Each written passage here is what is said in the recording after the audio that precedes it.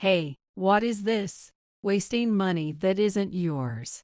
You're such a useless wife. During a boat trip with my parents-in-law, my husband James lost his temper and hurled insults at me. What? No, you're wrong. This is a gift I bought with my own hard-earned money.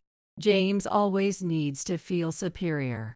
So when I use my earnings to buy something nice, he feels inferior and grows resentful. When I gave Elizabeth her gift, it triggered James' outburst. His voice grew louder as he continued his tirade. Then, unable to contain his frustration, James did something unthinkable. Enough. We're getting divorced. I'm taking the boat back. Your mobile phone is confiscated. Swim back. You lead weight. He left me behind on a rocky cliff, taking Elizabeth with him on the boat. Goodness, James, that's a bit much, don't you think? She's probably crying her eyes out right now, stranded back there. James and Elizabeth smugly assumed I was overcome with despair as they headed back home. Meanwhile, I quietly muttered to myself, "All right, I'll give you what you want. Let's get divorced. Do whatever you please." Reaching the end of my patience, I made up my mind. Luckily, I had two mobile phones, one for personal use and one for work. I quickly used my work phone to make an emergency call to someone. "Hello, I need a favor." Then I rushed back home ahead of James and Elizabeth to prepare for their surprise. Actually, I, Dorothy, work as an office employee. James and I met when he visited my company as a salesperson, and after his relentless pursuit, we got married. After our wedding, James wanted me to quit my job and stay at home. "Are you planning to keep working, Dorothy? I'm busy with my own work, so I'd like you to be a full-time housewife and support me." However, I didn't want to quit my job. "I'd like to keep working, if that's okay. I want to gain more experience in the workplace." "All right, if that's how you feel, I won't stop you." With his approval, I continued my career. Not long after our marriage, my parents-in-law started visiting our newlywed home. Elizabeth, my mother-in-law, didn't like that I prioritized work over being a housewife. Goodness, always about work, isn't it? Poor James. I tried to defend myself repeatedly, but I discussed this with James, and we agreed I'd keep working. Many families today are dual income, after all. Still, Elizabeth was not convinced and kept voicing her complaints with a sour expression. One day, I came home to find that the entire house had been rearranged, with even the furniture I'd just bought replaced. "What? The room? What's going on here?" I was shocked by the tacky decor, and just then, Elizabeth appeared from the back. "The room looks different. Did you do this, Mother?" "Yes, I did. Since you're not taking care of the house, I did it for you," Elizabeth replied with a smile. "You might not understand, but James has always hated the way the house looked before," she added snidely. Then, as if doing me a favor, she handed me the bills for all the new furniture and appliances. All of my favorite pieces had been sold to a second-hand shop, and some were even listed on a flea market website. I'd worked so hard to collect those favorite pieces. While I was lamenting, James came home. What's with this room?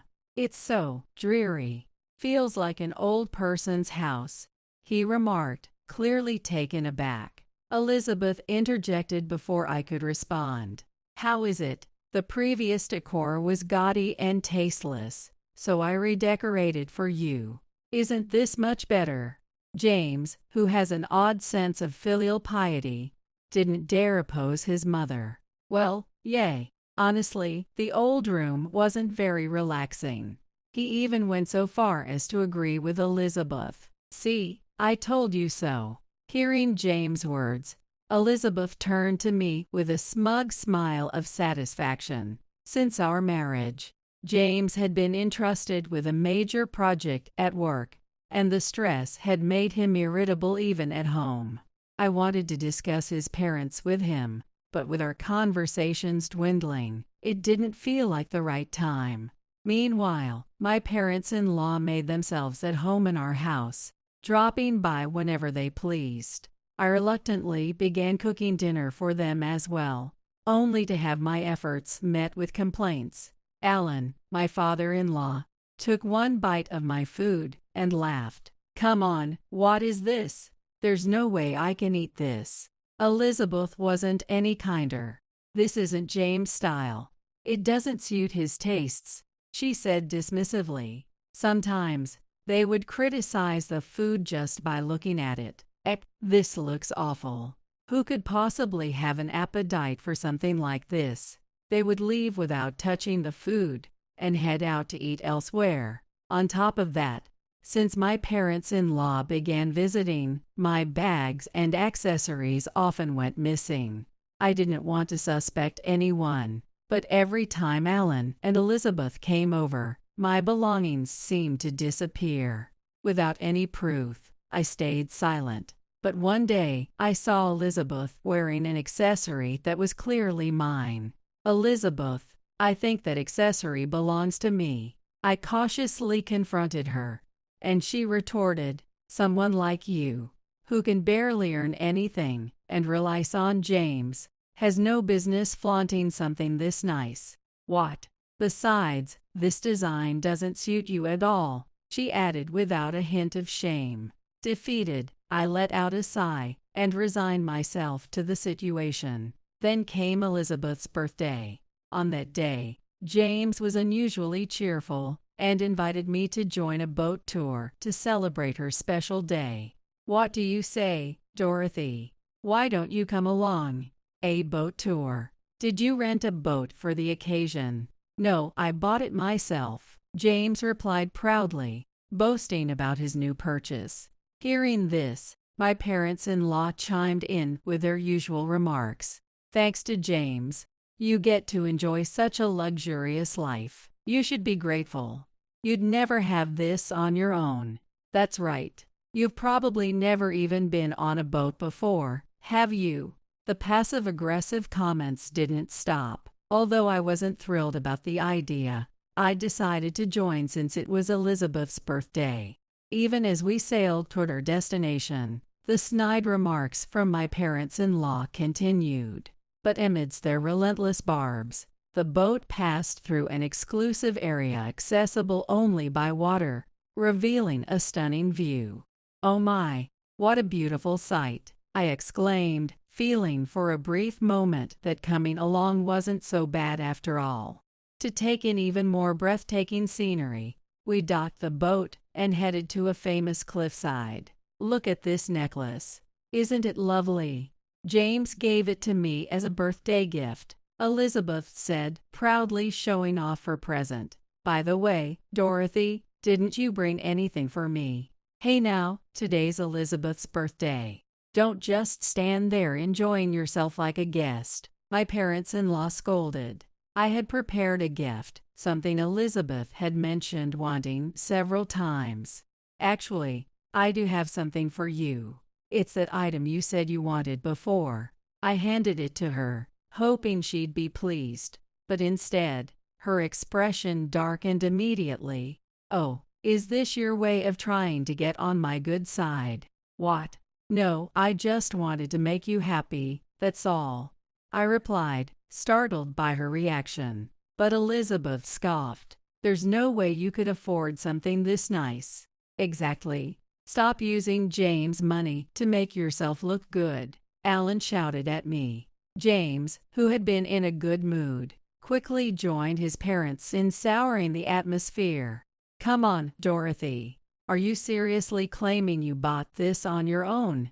he said, stepping toward me. "Spending someone else's money so recklessly you're truly useless as a wife." He then hurled a barrage of insults at me, harsher than anything I'd ever heard before.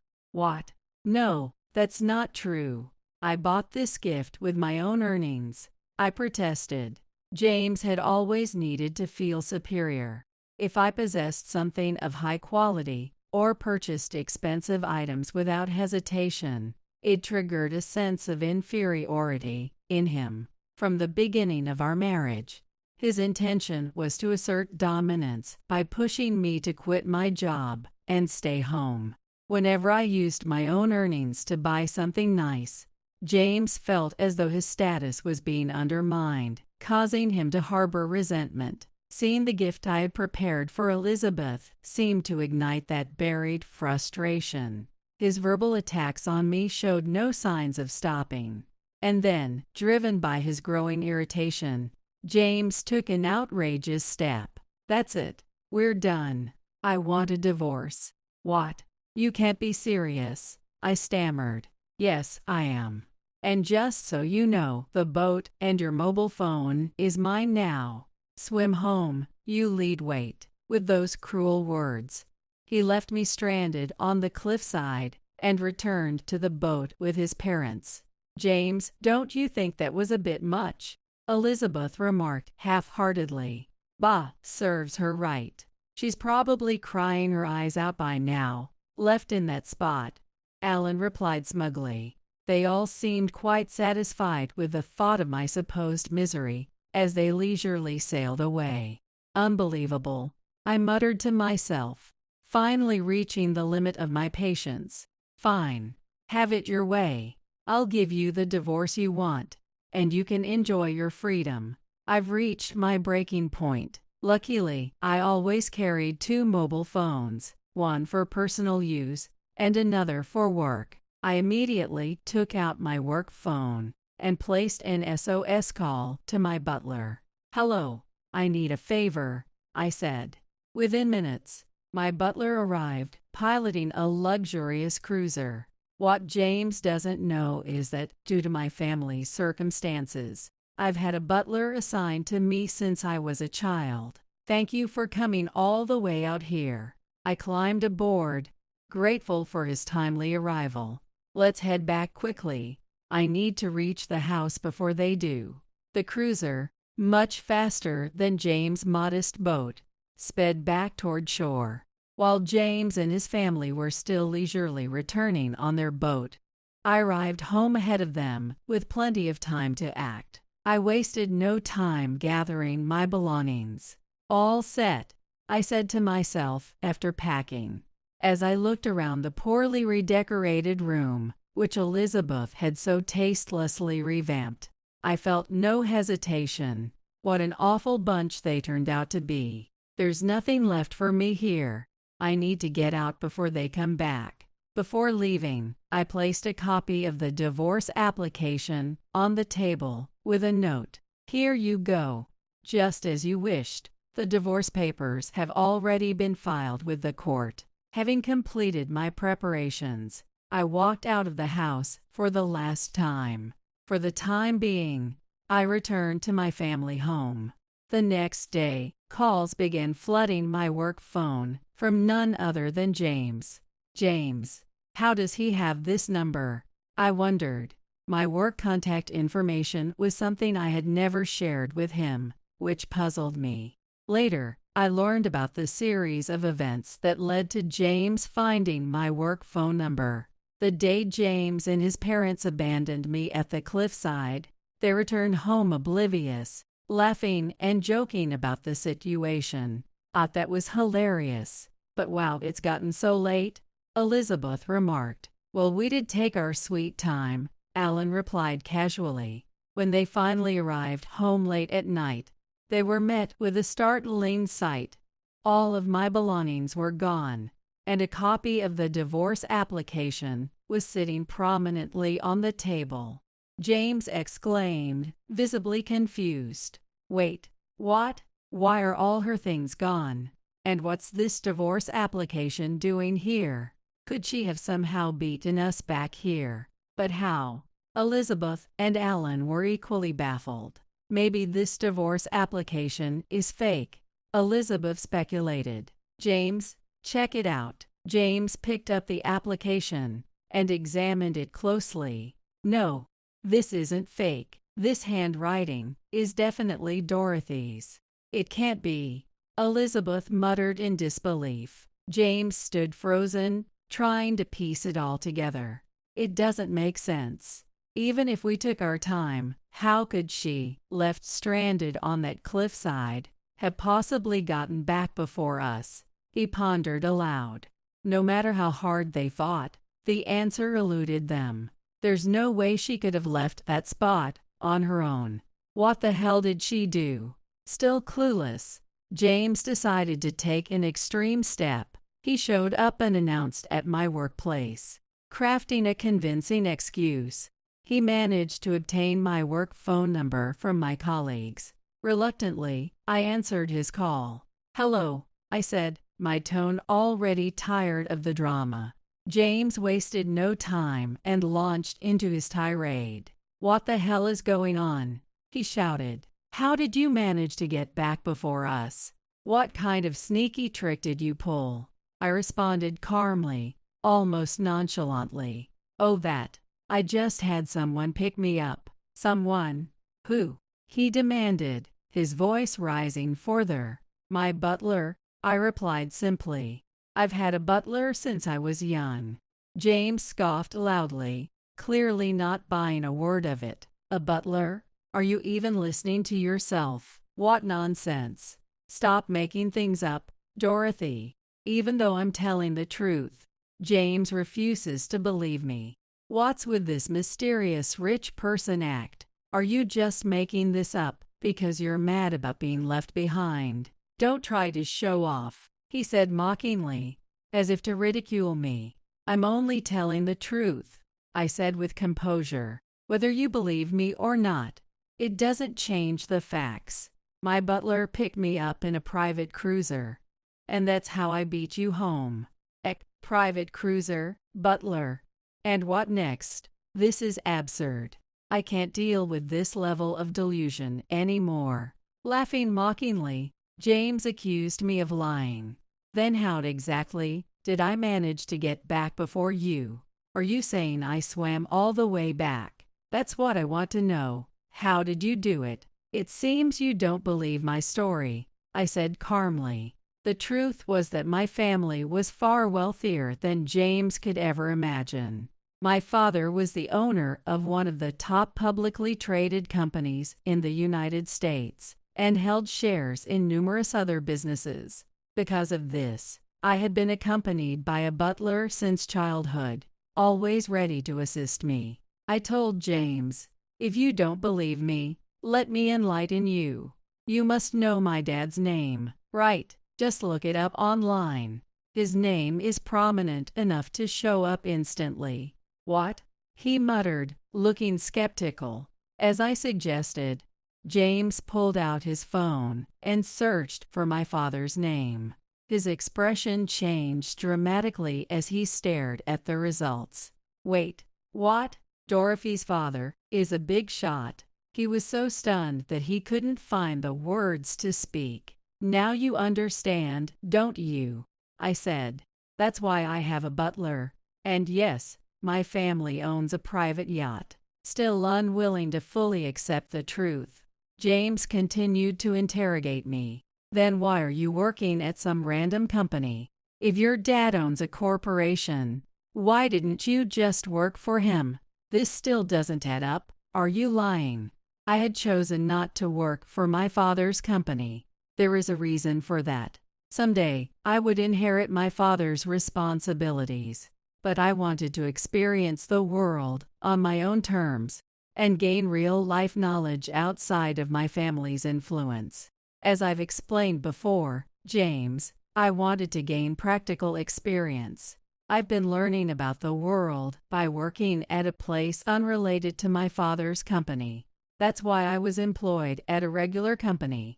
While I had mentioned to James that my father was a business owner, I hadn't gone into detail about the extent of his influence. My father was constantly traveling for work, and James and I were both busy with our respective jobs. Because of this, there was rarely an opportunity for my father and James to meet and talk. Moreover, James had shown little interest in my family. So he never imagined that my father was such a prominent figure. So that's it, James said bitterly. You kept quiet about being related to someone so powerful. You've been deceiving me all along, haven't you? Looking down on me from your golden pedestal. His interpretation of my story was completely off the mark. Driven by his need to feel superior, James couldn't process my background without succumbing to his insecurities. Why would you think that? I asked, exasperated. I've never looked down on you, I said with a sigh. Your victim complex is astounding. James's anger boiled over as he shouted, Enough, so I'm just some lowly commoner? Huh, fine. Have it your way, I'll divorce you. James spat venom at me. You've always acted high and mighty, so full of yourself. It's obvious you look down on us commoners. A woman without any charm or humility is as good as done. With that, he hung up the phone. The way James reacted as soon as he found out my family was wealthy. What's his problem? Does he really hate rich people that much? I chuckled to myself, wondering when I had ever acted superior to him. He must have just wanted someone he could dominate, I murmured. The truth was, James had a mistress named Carrie. Feeling triumphant after deciding to divorce me, James thought to himself, now that the divorce is settled, it's time to call Carrie. She's the kind of woman who knows her place, the type that follows a man's lead. She'll be thrilled to hear the news. James then called Carrie to share his supposed good news. Guess what, Carrie? The divorce is final. We can finally be together now. James fully expected her to be delighted, but to his surprise, Carrie sounded uneasy.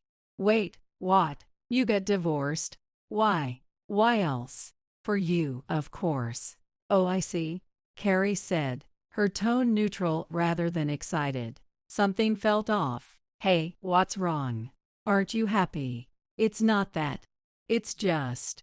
Carrie's behavior seemed strange, and before James could press further, she ended the call. After that, James was unable to get in touch with Carrie. Why won't she answer my calls? What's going on? Panic started to set in. I threw Dorothy away because I had another woman lined up. But if I can't reach Carrie, I'll be left all alone. Desperate, James did something unbelievable. He contacted me, the very woman he had divorced.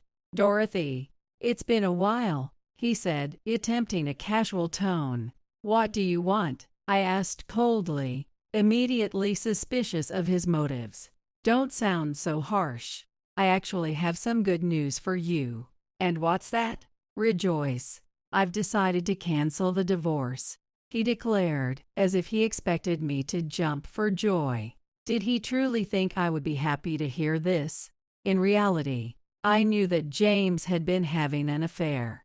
The day he invited me on a boat tour, unusually cheerful, I realized it was because his relationship with Carrie was going well, and he was in high spirits. Suspecting that James might be cheating, I hired a private investigator to gather evidence of his infidelity. The results were shocking. James and Carrie were meeting nearly every day. So I responded firmly, No, I don't want to. You were having an affair, right? There's no way I'd want to live with someone who cheated on me. What? How did you? James was surprised, thinking his affair had gone unnoticed. I've got all the evidence, I told him coldly. If you don't accept the divorce, I'll bring this to mediation and fight with the proof of your affair. I rejected his attempt to reconcile, knowing I had the upper hand with the evidence. Further investigation by the detective revealed that Carrie, too, was already engaged to someone else. What's this about? She's already engaged. How could she cheat on her fiancé with a married man? Unbelievable. For Carrie, James had just been a fling.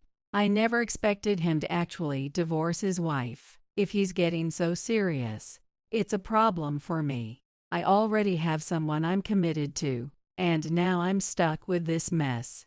Carrie, overwhelmed by James's serious intentions, decided to end things with him. So what now?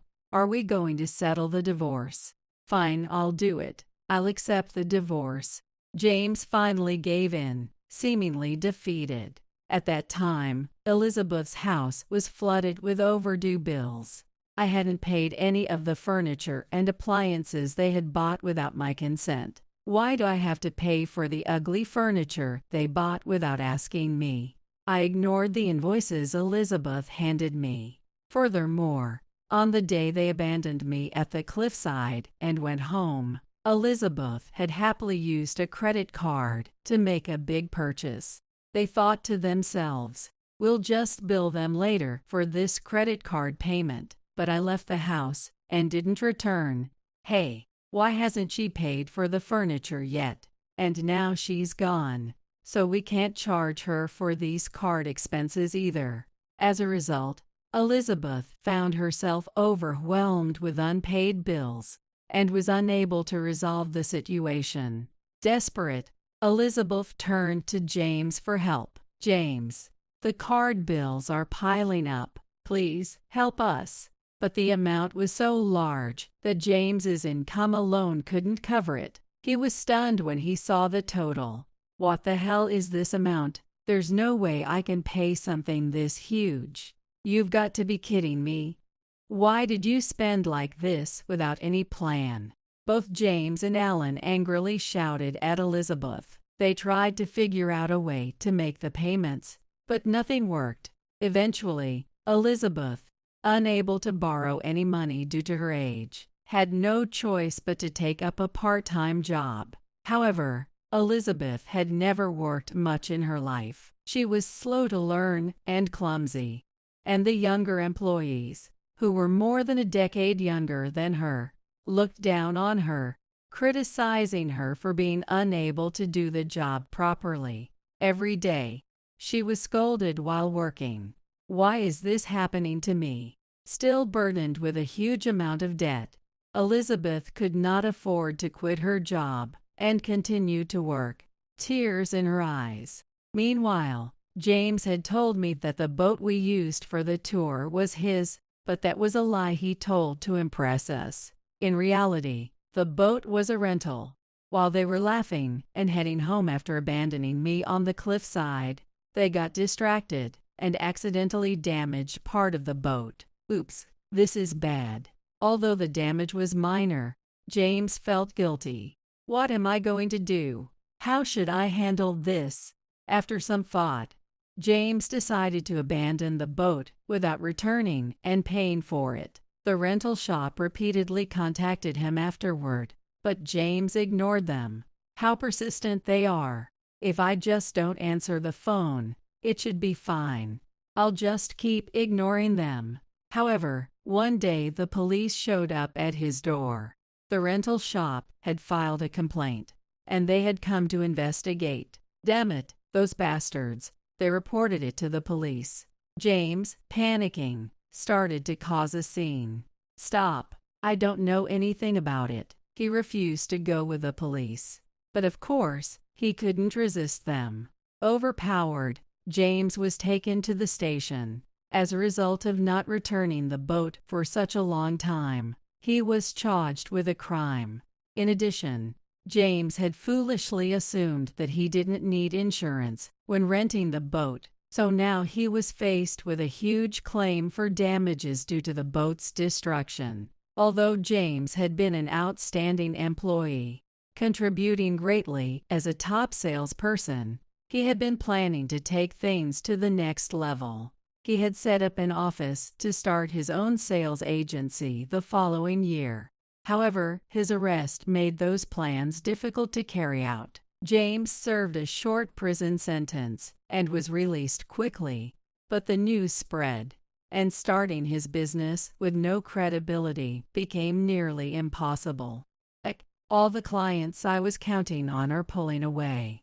If I hadn't been arrested. As a result, the office he had built for his new business, along with the construction costs, became nothing but debt. Having lost his job and burdened with huge debts, James became desperate and went to Carrie's workplace. "Hey, Carrie, don't think you can just leave me and live happily on your own."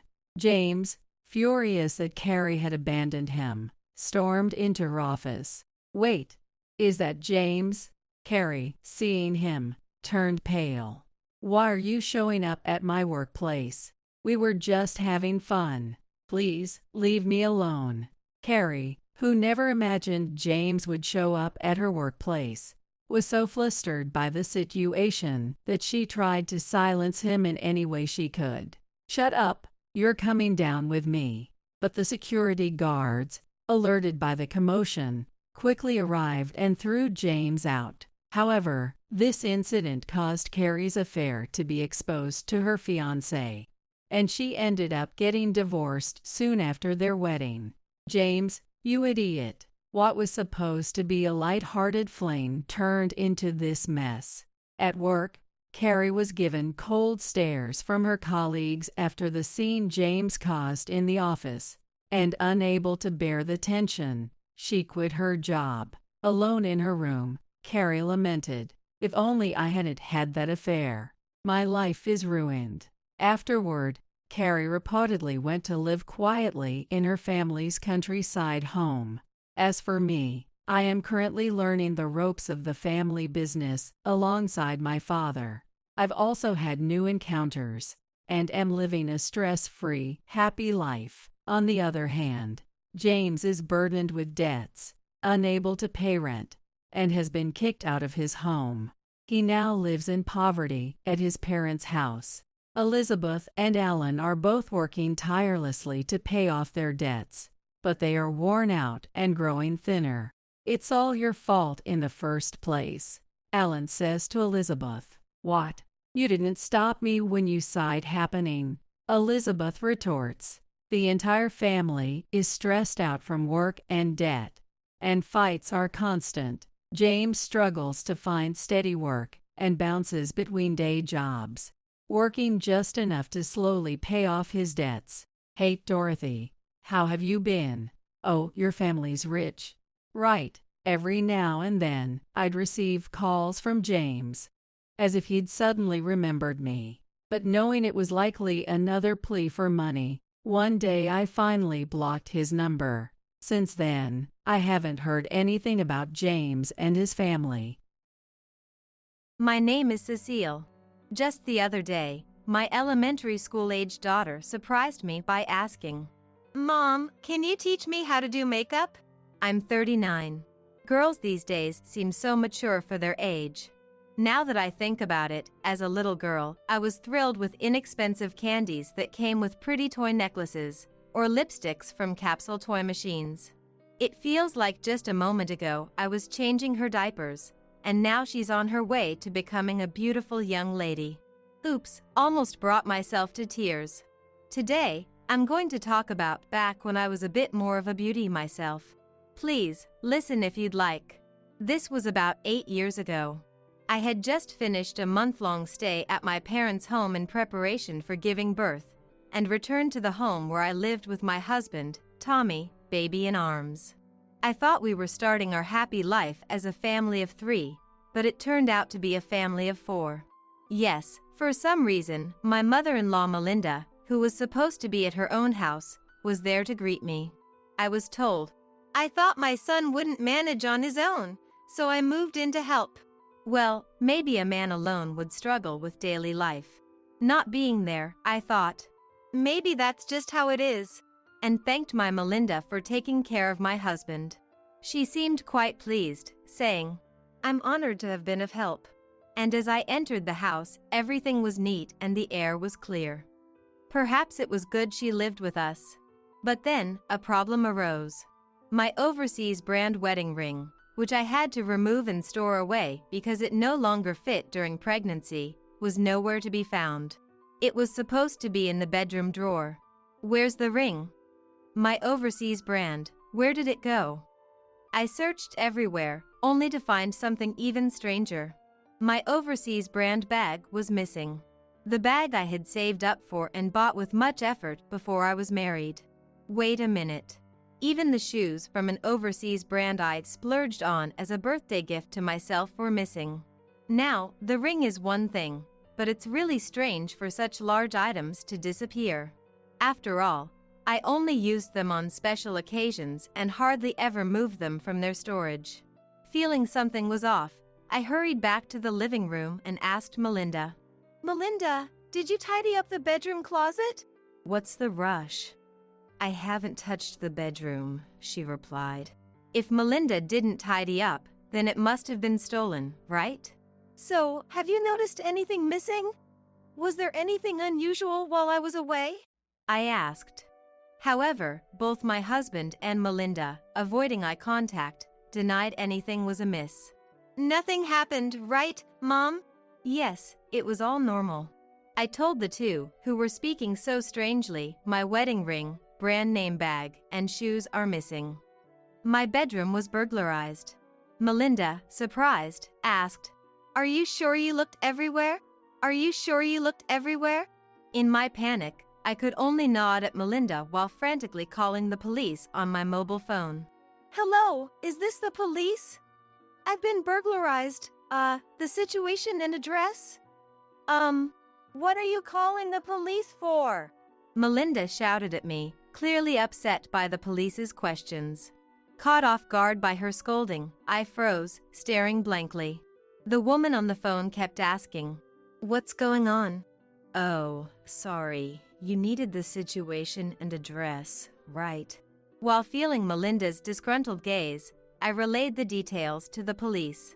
In less than 10 minutes, 2 police officers arrived at our home. They wanted to see the room where the theft occurred. However, Melinda kept insisting. It's a misunderstanding, please leave. It's a misunderstanding, please leave. Even if it were a misunderstanding, things were indeed missing. Both supposed to be victims in the house, I went pale at the thought of strangers entering our home. While Melinda was red-faced, angrily saying, We don't need the police. Even my husband was trying to calm me down, saying, It's just a ring or two, it's fine. Just a ring or two. That's our treasured ring we bought together. It's irreplaceable. I retorted, while the police officer watched me intently. All right, ma'am, could you please show me the room? Your husband and mother-in-law can stay in the living room. We'll talk to them. With that, the older police officer asked the younger one to handle my husband and Melinda, while guiding me to the bedroom. Melinda was still furiously saying, Don't just go looking around someone's house. After all, this house, though in my husband's name, is also my home. By that logic, Melinda could have been told the same about intruding in someone's house. Of course, Melinda didn't seem to realize that. Confused by their behavior, the older officer asked me, Have you been living with your mother-in-law all this time? No, I went back to my parents' home for childbirth. I just returned today and found out Melinda had been living here while I was gone. Did your husband ever discuss letting his mother stay here with you? No, I didn't agree to that. I see. Before you went to your parents, were the missing items here? They were. I don't have proof for the ring and bag, but I have a photo of the shoes. I was thinking of selling them secondhand. See, the saved date on the data is exactly a month ago. Right, so it must have been lost after you went to your parents' house. The police officer said, narrowing his eyes as if piecing something together. Let's take a look at the room, he suggested. I led the officer to the bedroom and explained again where the missing items had been stored. While complying with the fingerprint collection, the officer asked, What's that? He pointed to a handkerchief on the shelf, unfamiliar to me. It wasn't mine or my husband's. I thought, that shelf is where we keep our favorite photos and paintings, and my husband knows I always keep it tidy. I've never seen his handkerchief placed there. I don't know. I'm sorry, I didn't notice it until you mentioned it. It wasn't there before I went to my parents' house. Missing valuables, yet unfamiliar items appearing. If this isn't creepy, what is? Feeling frightened, the officer asked. May I check this a bit more? I answered. Please do. This has a camera hidden in it. What? Surprised, I watched as the officer unfolded the handkerchief on his palm, revealing a small camera tucked inside. For what? Espionage. Let's look around the room a bit more. The officer, calm amidst my confusion, checked other drawers, different from where the missing items were stored. Found it. He pulled out a cable from a drawer near my husband's side of the bed. The cable fit the small camera he had found earlier. The mother's behavior is a bit suspicious, but the husband seems fishy too, the officer said with a wry smile. I, unable to grasp the situation, asked, What do you mean? Your husband might have installed this camera. We found a cable for playback, he explained. What? For what purpose? I'd like to check the video. Can I use that computer? He asked, pointing to my husband's laptop. Confused, yet hoping to uncover the truth, I agreed. Sure, go ahead. The officer connected the camera to the laptop with practiced ease. The laptop seemed to recognize the camera, and a menu opened up. The officer selected some command and chose a random file from a folder. To our shock, the video displayed our bedroom. I went with the officer to the living room, where my husband and Melinda were waiting. Melinda immediately complained. Really now? You making a fuss and calling the police? We had to undergo questioning, felt like criminals. It's so upsetting. My husband, too, was in a foul mood. Making a big deal out of nothing. Enough, whose fault is this? In anger, I slammed my hand on the living room table. I'm still recovering from giving birth, and they made me run around and panic like this. I was seething. How dare you act so brazenly after what you've done? I know everything now. Look at this. I took the laptop from the officer, opened the screen, and played the video we'd just seen. My husband and Melinda gasped. Huh? As they saw themselves on the screen, rummaging through the bedroom shelves, taking my ring and bag and leaving. In the video, my husband was telling Melinda, With the money from selling these, we can both have some fun. Melinda was laughing. Who would have thought she had such sellable items? It's hard to prosecute F.A. Melinda living together for theft, she said. Mom, you're amazing. So knowledgeable. So shameless, even when their misdeeds are pointed out. Not only did they not feel guilty, but their conversation suggested they were proud of their cunning. I thought I was targeted because I happened to have brand name items, but who would have guessed the culprits were inside the house? My agitation and anger grew, while my husband looked scared. Melinda still didn't think she did anything wrong. In fact, she kept denying it, despite being clearly seen in the video. Okay. Since you insist, let's watch this, I said, playing a different video. Oh, come on. What about your wife? If that's the case, aren't you okay with your husband? On the screen, Melinda was intimately engaged with a much younger man, maybe in his 30s, on a bed. It's okay, I only need you, Rocky. My husband is nothing to me. I'm so happy. But, you know, my wife has been cutting my allowance again. Again? What an incapable wife. Don't worry, I'll give you some money. Melinda then wrapped her arms around the young man's neck, embracing him. It was as if she was trying to absorb the youthfulness from the younger man. Though I hadn't seen it before, it looked like something straight out of a club scene. Thank you, Melinda. I love you. You're so sweet. Seeing the video of Melinda's alluring voice and actions, even my husband couldn't help but look away. The young police officer looked queasy, as if he was about to say, Ugh. And the older officer quietly scolded him. Hey, stop it. Don't show such nonsense. Melinda yelled, her face turning bright red. My husband, perhaps feeling it was none of his concern, seemed about to laugh at Melinda losing her usual composure. Really, Tommy? You think it's funny? Huh? Please watch this too. I played another video.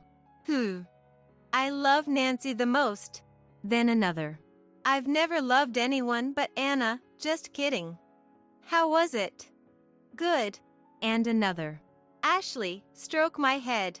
Hearing this, the young police officer burst into laughter beyond control, while the older one scolded him again. In the video, Ashley was stroking my husband's head, asking, "How many others are you seeing?" My husband responded like a script. Only you, Ashley. Liar. At this point in the video, there were already 3 women, and including those I just checked, at least 8. Really? I love you, Tommy. So, about that. I know.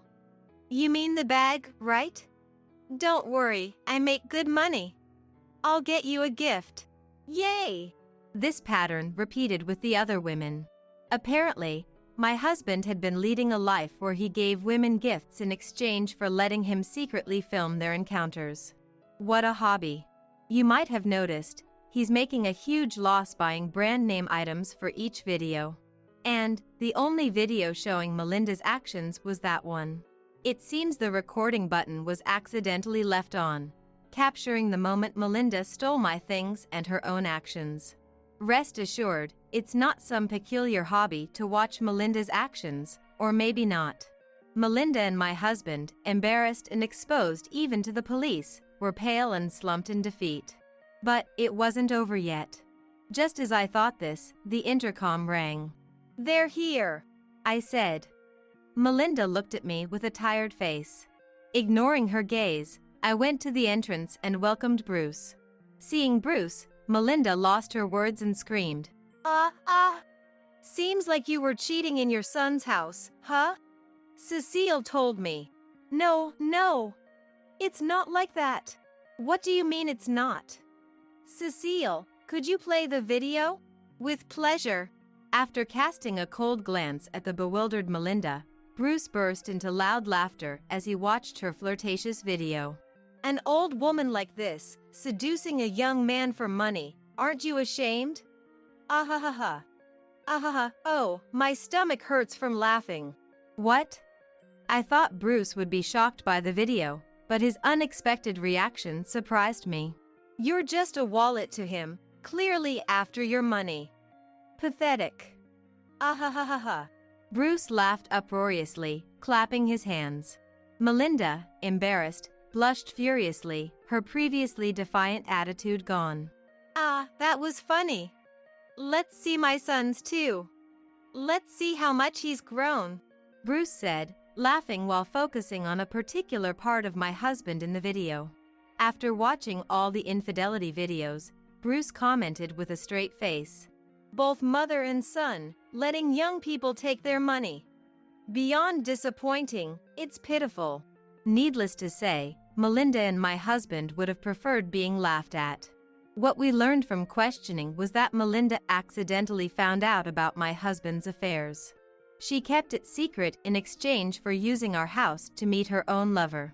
For Melinda, it was embarrassing to be seen with a much younger man, and her lover, lacking money and having a wife, couldn't easily find places to meet.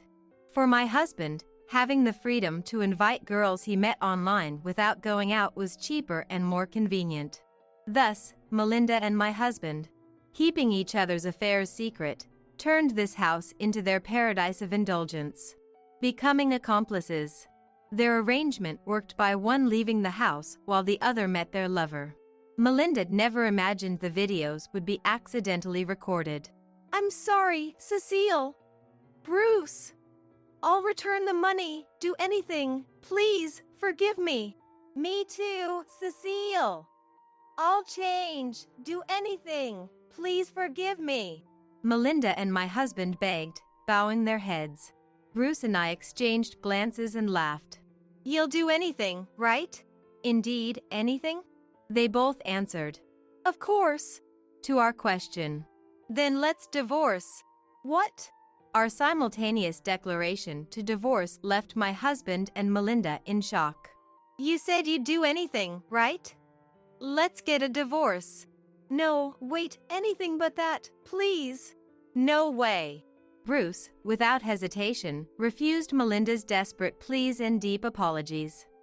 The divorce was not retracted. My husband, too, was crying and deeply apologizing, but I did not withdraw the divorce either. Thus, only hours after returning from my parents' home post-childbirth, my divorce was decided upon, under police supervision. Later, I had my husband pay me the same amount as the sold items as compensation in the divorce trial. Additionally, I demanded double the standard amount for alimony and compensation for infidelity. Why double? I slightly intimidated them by saying, You know, your mistresses seem to be married. I could inform their spouses.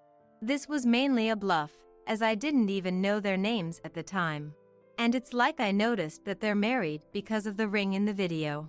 The threat was effective immediately, given the number of mistresses involved. My husband, terrified at the thought of being sued by each spouse, agreed to pay double the standard amount. Meanwhile, Bruce furiously obtained the lover's contact details from a crying Melinda and called him over. He informed the lover and his wife of the affair, leading to their divorce too. Both spouses demanded compensation from their cheating partners in the divorce trials. Though I promised not to inform the mistress's spouses, I never said I wouldn't demand compensation from the mistresses themselves. After extracting all the communication from my husband's smartphone, I contacted each woman to claim compensation for the affair, which they agreed to pay. Secretly, I was glad my husband had so many mistresses. It turned out to be quite profitable. But, as a single mother without a steady job, I knew I could never have too much money. Turning the harm I suffered into financial compensation didn't erase the damage done. So, with a substantial sum of money, I divorced my husband. 8 years have passed since then. Eventually, my husband ended up paying compensation to his mistress's spouses too. Their husbands, noticing their wives suddenly had a lot of money, grew suspicious. This led to the discovery of the affairs, resulting in some divorces. My husband, now overwhelmed with debt from the numerous compensations, was offered help by a certain woman. A goddess descended. He must have thought. But alas, this woman turned out to be a bad one. He thought they were close to marriage, only to find out she was already engaged to another man. My husband had spent what little money he had on a ring and dates for her, only to end up with a big loss and a broken heart. He never learns. Of course, I can't muster any sympathy for him. Melinda, having proposed marriage to her affair partner after her divorce, was spectacularly rejected. Still, she didn't give up, repeatedly ambushing him on his commute, until she was cautioned under a public nuisance ordinance. Of course, naturally, that was the end of her relationship with her lover, who, as Bruce said, had only seen her as a wallet from the start. Well, everyone should be able to see it. Melinda was the only one who hadn't realized she was being used. It's a laughable tale. As for Bruce, after separating from Melinda and becoming estranged from his son, I worried about him being alone, but it seems the compensation money from the divorce trial sparked an interest in bonsai. Now he's happily involved in a circle with people who share his hobby. That's a relief. Though I didn't expect it, I looked him up and, sure enough, he'd even set up an SNS account. I've discreetly followed you, father-in-law. And me, honestly, fed up with men. Marriage, no more, and still going strong as a single mother. I relied on my parents until my child was old enough for daycare, then started job hunting. Juggling child-rearing, it took about a year, but I found a great company that's understanding of single mothers. There are others like me there, so although we sometimes work late, we're usually allowed to leave on time. I used to think single mothers had to work non-stop, but with proper allowances and just my daughter to care for, we live quite normally without extravagant luxuries. There's talk of a promotion when my child reaches middle school. I haven't decided yet, but I want to consider what will make my daughter happiest and my parents too. Despite everything, the joy comes from meals shared with my daughter, and sometimes my parents. Oh, I did well to leave that man. Serves him right. He never even got to be called Dad by my adorable daughter. My marriage ended in a crazy way, but as a parent, I still hope my daughter finds a good person and has a happy marriage. Until the day she brings home a wonderful man, I'll do my best as a mother. So, off to work again today.